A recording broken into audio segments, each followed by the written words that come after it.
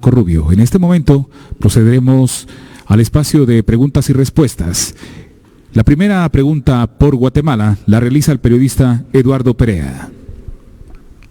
Muy buenos días, señor presidente, secretario Rubio. Quisiera consultarle qué tan preparada está Guatemala al considerarse como tercer país seguro y cuál es su postura oficial hacia China y Taiwán. Buenos días, gusto de verlo nuevamente. El tema de país seguro no existe, no fue tratado ni en título ni en contenido. Lo que tenemos ahora es un nuevo arreglo migratorio que garantiza condiciones de seguridad y humanitarias para los procesos de repatriación en el caso de los guatemaltecos y para el caso de deportación de otras nacionalidades, de manera que sigan a sus países de origen, que son elementos que no tienen nada que ver con el tercer país seguro. Y nosotros lo hemos, sobre su segunda pregunta, las relaciones con Taiwán, nosotros hemos manifestado desde un primer momento que nosotros mantenemos las relaciones diplomáticas con Taiwán y que esperamos profundizarlas en el marco de nuestro gobierno para hacerlas desarrollarse en áreas de economía e inversión, como lo dijo el secretario Rubio. La segunda pregunta es por Estados Unidos con el periodista Eric Martin. Sí. Gracias. Thank you, Secretary Rubio, Presidente Arevalo. Secretary Rubio, I'd like to ask you, muchas gracias, secretario Rubio, presidente Arevalo. Secretario Rubio, quiero preguntarle por USAID. Guatemala ha recibido mucha ayuda de USAID en los últimos años como país en vías de desarrollo y los fondos congelados. Hemos hablado con contratistas y diplomáticos que trabajan para usted y dicen que el impacto sobre los programas que salvan vidas en todo el mundo, aún con la exención, ha sido grave, que ha provocado caos y confusión entre el personal, quienes dicen que les ha bajado muchísimo la moral, especialmente la orden de regresar a casa. ¿Acaso toda esta confusión, este tumulto, no es un obsequio para los rivales de los Estados Unidos como Rusia y China? Quiero preguntarle, primero decir que es un placer verlo nuevamente. Nos vimos de última vez en Washington antes que su toma de protesta, antes que asumiera el cargo. Respecto al retorno de guatemaltecos de Estados Unidos, ¿qué tipo de trabajos espera usted que puedan realizar los deportados aquí en Guatemala? ¿Cuál es el papel del sector privado en el proceso de reintegración? Y si puede compartirnos algunas de las empresas que participan en su iniciativa Mi Primera Casa. Gracias a los dos.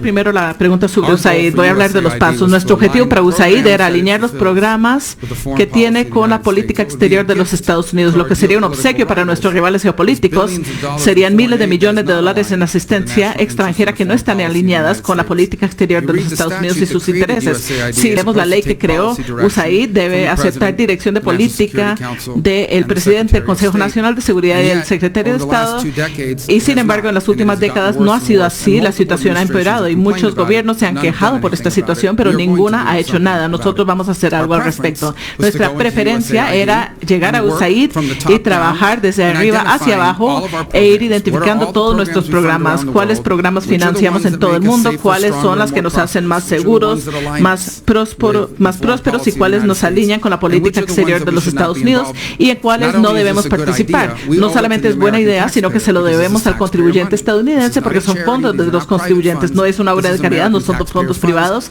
son fondos de los contribuyentes y tenemos la obligación de gastarla de una forma sensata. En ciertos sentidos, algunos de estos fondos se podrían liberar para gastar más dinero en las prioridades de verdad. Esa era nuestra esperanza. Desafortunadamente hubo muy poca cooperación. Ese problema no lo tuvimos en el Departamento de Estado. Dicho sea de paso, los oficiales de programas, ahí todos los días hemos sobre programas de Departamento de Estado lado estamos emitiendo exoneraciones, pero con USAID desafortunadamente no tuvimos el mismo nivel de cooperación.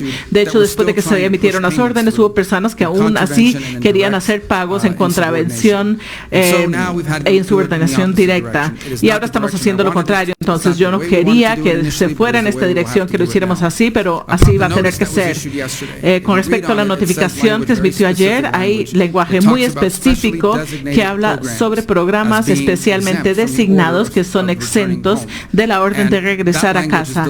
Este texto es deliberado porque ahora vamos a tener que trabajar desde abajo hacia arriba en lugar de arriba hacia abajo para identificar cuáles programas deben ser designados especiales y eximidos de esta orden. Nuestra preferencia habría sido hacerlo de una forma más ordenada desde arriba hacia abajo, pero no hubo nada de cooperación.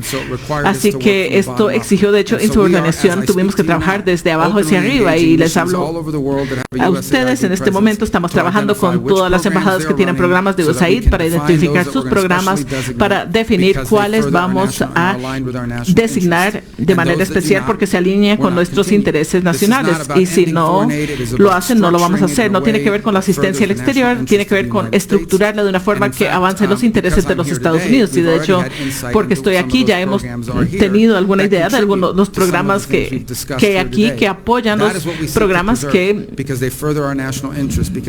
tenemos hoy. Eso es lo que queremos conservar porque somos más seguros, permiten que nuestras economías crezcan y generan prosperidad no solamente para nosotros, sino también para nuestros socios y aliados, y eso es lo que esperamos lograr en los próximos días y horas. Sobre su pregunta sobre los retornados, es muy difícil definir de antemano dónde se va a poder ubicar a los retornados porque es una población de la que todavía no sabemos exactamente quiénes son, qué habilidades traen, qué capacidades tienen, porque las adquirieron, si son formales, si son informales, y es únicamente a partir de ese conocimiento que uno puede buscar y explorar la mejor manera de ayudarlos a integrarse al mercado laboral guatemalteco y explorar distintas posibilidades, no únicamente en términos de trabajo, sino posiblemente en términos de inversión. Algunos de ellos querrán venir, vendrán con ahorros, podremos poner a su disposición créditos, etcétera. Entonces, lo que estamos haciendo es, en el marco de nuestro plan Retorno al Hogar, en la segunda fase del plan, nosotros tenemos establecido un proceso mediante el cual el Ministerio de la Dirección de Migración con el Ministerio de Trabajo conjuntamente entrevistan a los retornados para identificar precisamente cuáles son sus calificaciones, cuáles son sus capacidades, si traen o no algunas de estas de manera formal y entonces empezar a entender. Por otra parte, nosotros estamos en conversaciones con distintas compañías, empresas y con el sector privado en general para identificar aquellas que están dispuestas a absorber a algunos de estos migrantes, pero esa disponibilidad va a depender de las capacidades que vayamos identificando a medida que vengan. Que, por ejemplo, nosotros tenemos previsto, va a haber gente que va a venir con mucha experiencia en algún tema porque estuvo trabajando, le voy a dar un ejemplo, en instalación de aire acondicionado, pero lo hizo sin tener ninguna formación técnica formal, no tiene ningún certificado para comprobarlo. Nosotros, al identificar que tenemos una persona con esas capacidades sin un certificado, lo ponemos en un programa de certificación con el INTECAP o con el Ministerio de Educación que va a reconocer esa habilidad y de esa manera va a facilitar el hecho de que pueda ser, por ejemplo, absorbido por una empresa que está buscando técnicos en refrigeración. Un ejemplo muy sencillo, nosotros sabemos que nuestros retornados van a traer un dominio del inglés que para una industria turística en expansión como la de Guatemala es necesaria. Guatemala creció el turismo en un 13.7% el año pasado, superamos los 3 millones de barreras, es una industria en crecimiento y todas estas personas que traen el idioma inglés, pero que además pueden traer experiencias en industrias de la hospitalidad, como habiendo trabajado en hoteles, habiendo trabajado en restaurantes, habiendo trabajado en cruceros. Todas estas personas pueden ser reabsorbidas, pero la primera tarea es tener este proceso de diagnóstico, por llamarlo de alguna manera, de clasificación inicial, para poder hacer esa identificación de la oferta laboral que tenemos con la demanda laboral que el sector privado va a presentar. Continuamos. La siguiente pregunta es por Guatemala. Escuchamos al periodista Sergio Morales. Y presidente, secretario, buenas tardes. Secretario, bienvenido a Guatemala. Tengo unas preguntas para usted. Bueno, digamos, en caso de que no se cumplan estos acuerdos, ¿a qué sanciones podría exponerse Guatemala?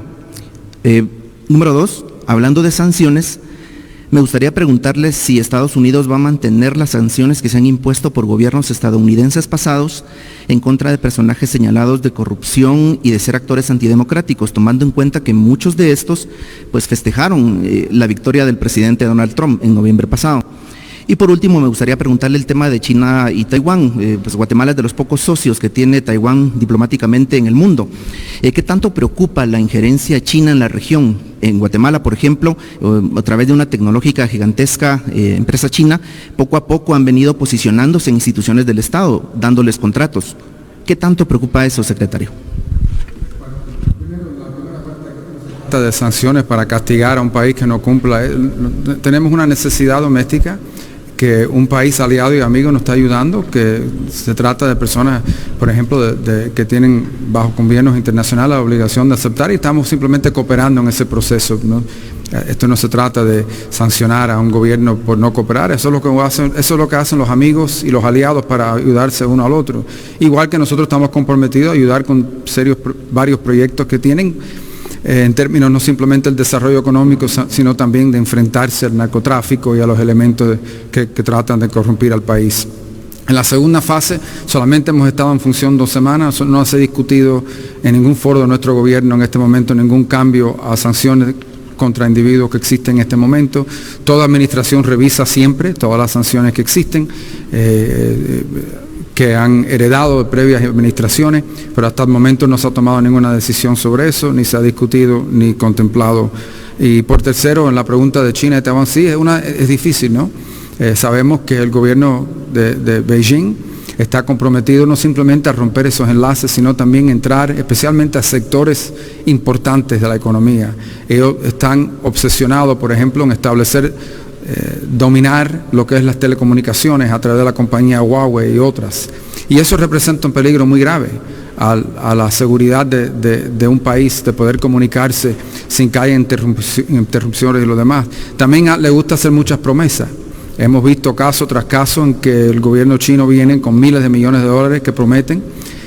Cuando empieza un proyecto nunca lo cumplen, traen sus propios trabajadores para hacer el trabajo y en fin el proyecto o no se termina o terminan en deuda, y ahora un gobierno le debe miles de millones de dólares en lo que dicen en inglés una trampa de deuda, un debt trap, y queremos que los gobiernos conozcan ese riesgo. Y por otra parte creo que la relación con Taiwán, como he dicho, y vamos a hacer todo lo posible para ayudar con eso, queremos que vamos a apoyar a que sea amplio, que no simplemente sea un reconocimiento diplomático, también que tenga beneficio económico, que se pueda utilizar todo lo posible para atraer inversión en la economía y el desarrollo de Guatemala. Tenemos la siguiente pregunta, y última pregunta también por Estados Unidos, a cargo de Celia Mendoza. Muchísimas gracias a ambos. Secretario Rubio, Secretario Rubio, ¿cómo piensa el gobierno llevar a cabo la propuesta del presidente Trump de ser dueño de Gaza y reubicar a los palestinos? ¿Durante cuánto tiempo va a planear los Estados Unidos quedarse en ese territorio? ¿Y cómo pueden lograr el plan de reconstrucción, ya que hay socios que no apoyan para nada esta propuesta, y el presidente Mahmoud Abbas ha pedido que las Naciones Unidas intervenga para proteger los derechos del pueblo palestino? La pregunta para ustedes, sabemos que ahora van a estar en este acuerdo similar al de Panamá. ¿Van a recibir nacionales extranjeros en Guatemala en estos vuelos que vienen de deportación desde los Estados Unidos? ¿Y cómo funcionaría? Y igual que El Salvador, ¿estarían ustedes dispuestos a recibir miembros del Tren de Aragua o de otras pandillas o grupos criminales? Let me answer the first question. What Voy a President Trump contestar said la primera yesterday pregunta. is Lo que dijo el an acknowledgement presidente of the Trump following. ayer, el reconocimiento de lo Gaza has been siguiente. severely damaged. Gaza ha sido If you look at the aerial muy gravemente imagery, you dañada. see Si what's vemos las happening, imágenes aéreas, si vemos lo que está billions of pasando, dollars that are gonna be miles de required for millones de dólares harán falta para la reconstrucción. Es enorme. Algunas zonas, en algunas ya no se puede vivir ahora ni durante el futuro cercano. Lo que anunció el presidente Trump ayer es una oferta en que los Estados Unidos está dispuesta a hacerse responsable por la reconstrucción del área, y cuando se está reconstruyendo y limpiando escombros, hay municiones y armas aún enterradas de Hamas para que las personas vivan en un lugar seguro. Todo eso hay que quitarlo. Es un emprendimiento enorme, y lo único que ha hecho el presidente Trump de manera muy generosa, creo yo, es ofrecer que los Estados Unidos intervenga, que limpie los escombros, la destrucción sobre el terreno, limpiar las municiones sin detonar, y mientras tanto las personas que viven ahí, las personas cuyo hogar es ahí, no van a poder vivir ahí cuando vengan equipos a quitar escombros o a quitar municiones. Esta es la oferta que se ha hecho. De hecho, él hizo, obviamente no había conflicto en el momento, pero durante su primer mandato ofreció un plan de $50 mil millones que fue rechazada. Al final, las personas van a tener que vivir en algún lugar durante la reconstrucción. Es como un desastre natural. Él ha ofrecido muy generosamente la capacidad de los Estados Unidos de entrar y ayudar a quitar escombros, ayudar a quitar municiones, ayudar a reconstruir casas, negocios, etcétera, para que las personas luego puedan regresar. Pero mientras tanto tendrán que vivir en algún lugar. Ahora bien, los detalles de eso, si se aceptaran, se tendrían que decidir entre varios países socios. Es una oferta singular y una oferta que no ha hecho ningún otro país del mundo, pero creo que habría que contemplarla seriamente. No fue una oferta hostil, me parece que fue una oferta muy generosa, la de reconstruir y hacerse cargo de la reconstrucción de un lugar donde en muchas partes, aun si las personas regresaran, no tendrían un lugar seguro para vivir porque hay municiones sin detonar y escombros en el lugar. Sobre su pregunta, en primer lugar, ¿cómo funciona en el caso de aquellos extranjeros ciudadanos de otras nacionalidades que llegaran a Guatemala en el marco de estos vuelos? Lo hacen en el marco de su repatriación continuada. De manera que las formas de cómo va a continuar esta repatriación, cómo va a cooperar los Estados Unidos, el gobierno de Guatemala, cómo vamos a hacer, son temas que vamos a estar discutiendo en una mesa de trabajo bilateral que se ha acordado de establecer el día de hoy. Y no ha habido ninguna discusión alrededor de criminales condenados en el marco de estos flujos. Y bueno, eso ha sido todo. Espero que les haya gustado el video, y si fue así, pues ya saben, dejen su poderoso like o dislike, suscríbanse y activen la campanita de notificaciones para no perderse de los nuevos videos.